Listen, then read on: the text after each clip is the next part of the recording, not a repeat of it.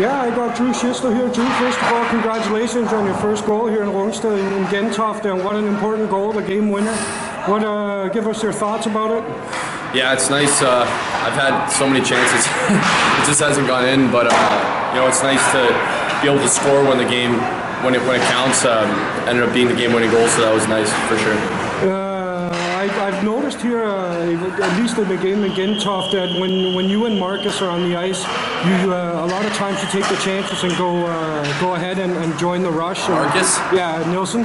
Oh, he's playing forward right now. Yeah, but I just noticed that he was good to cover you when you went in. Oh, okay. I just thought, is that something that you guys have talked about in the dressing room that gives you the opportunity to jump in the rush a bit? Not necessarily. Not me and him, but I'd like to think, you know, if I get the opportunity to join the rush or keep the play alive in the offensive zone, then our forwards are able to cover. So I don't know if it's Marcus. He has played a few games on defense this year, so I don't know if he's just a little more aware maybe of when the defense try and join the play. So I'm not too sure, but it'd be nice if all the forwards could do that from time to time, though. Your defensive has been working well in a good period of time now. The offense has been stagnant, has been struggling. Yeah. That game in Gentofte on Friday, it seemed like both things were starting to work together and gel together. Is this something we can expect to see a little bit more of going ahead, or was it just one of those games where it just seemed to work? Well, we still only scored 3 goals. I mean, it's not like we scored 5 or 6, so we still have a lot of work to do on the offensive side. I don't think guys are hungry enough around the net. You know, when we have the chances, we definitely have to take more advantage of the chances that we get.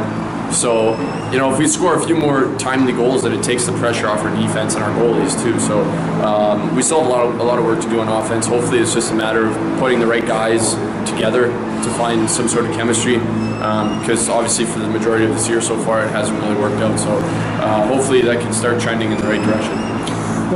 Now that you mentioned the goalies, I was just thinking Sebastian Foyk has been playing really well here the last period of time. Michael's been sitting on the bench, and I can see at training he's working really hard. Is it a question of you guys starting to feel a little bit more comfortable out there with the one goalie instead of the other, or is it just a question of that game, if your defense is on the game or not? Because sometimes if you look at the stats, it kind of seems like sometimes Michael's been sold a bit by the defense in his games, and maybe not so much his own work ethic. I trust both of our goalies. I think we have one of the best tandems in the league for sure. It's just I think early in the year when we were really struggling to score goals, well, we still are obviously, but we didn't give Mike any support at all. You know, we didn't give him any goal support. So, like I said, that puts a little more pressure on the goalies. And at the start of the year, when we weren't playing as well, we just put him in a bad situation. And I feel bad for him because we know he's a good goalie, and we kind of just, it was more of a team. I would say it was a team thing than, you know, him individually. But like I said, if you play well at both ends of the ice, take the pressure off our goalies, take the pressure off the defense, and everything else kind of just flows from there. So I wouldn't say we were more comfortable with one or the other. You've been here, you've played 32 games now, and been here for a while. Are you satisfied with your stay in Denmark so far? And has it been what you expected, both in the league but also in the club? Yeah, I mean, I had no idea what to expect to come here when I came here, to be honest with you.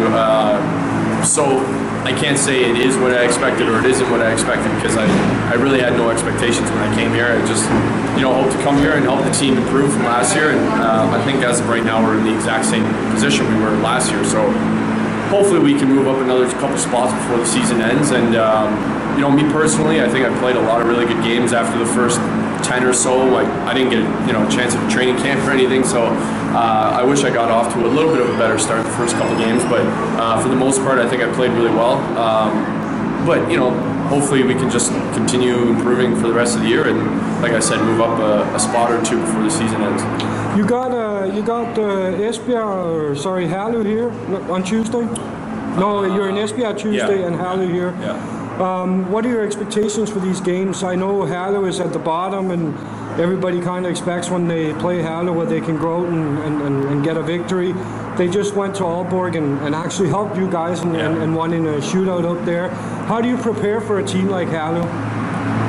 Well, Aalborg and Herlev are the two teams that we haven't really played well against at all this year. So we've beaten teams like Esbjerg and a couple of other teams near Sønderjysk at the top of the standings. We've struggled against teams at the bottom of the standings, which is not the way you want to do things. You want to take advantage and get points against the teams that you should get points against. So I just think guys have to be prepared before the game. You know, they can't just think it's going to be an easy game, because clearly anyone can beat anyone in this league, so it doesn't really make a difference. So hopefully we can just be prepared and ready to play against them. Super, thanks a lot, and have a good week. Thank you.